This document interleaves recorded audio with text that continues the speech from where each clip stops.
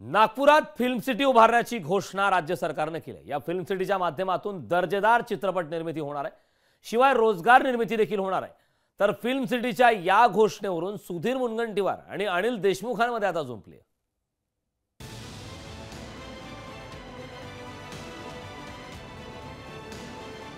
नागपूरचा संत्रा, नागपुरात मिहान अशी नागपूरची ओळख आहे।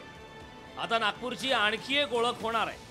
नागपुरात फिल्म सिटी उभारण्याचा निर्णय राज्य सरकारने घेतला। नागपूर शहराजवळच्या 100 एकर जमिनीवर भव्य चित्रनगरी उभारण्याचा निर्णय सरकारने जाहीर केला। दर्जेदार मराठी सिनेमांच्या निर्मितीसाठी ही चित्रसृष्टी उपयुक्त ठरेल असा आशावाद सांस्कृतिक मंत्री सुधीर मुनगंटीवार यांनी व्यक्त केला। नागपूर जिल्ह्यामध्ये 100 एकरमध्ये फिल्म सिटी करण्याच्या दृष्टीने आम्ही पूर्ण शक्तीने वेगाने काम करण्याचा निर्णय केला आहे।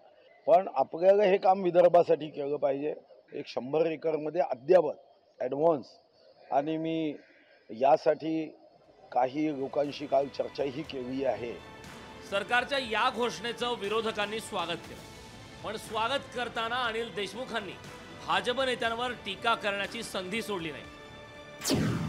वा सुधीर भाऊ, नागपुरात 100 एकरमध्ये फिल्म सिटी उभारण्याचा अत्यंत स्तुत्य निर्णय घेतला, तुमचं मनापासून अभिनंदन। यातून नागपूरमधील एका विलनला हक्काचे व्यासपीठ मिळेल। राहिला प्रश्न हिरो आणि हिरोईनचा, ते आपण शोधूनच घेऊ असा टोला अनिल देशमुखांनी लगावला। नागपूर हे देशाचं मध्यवर्ती ठिकाण आहे।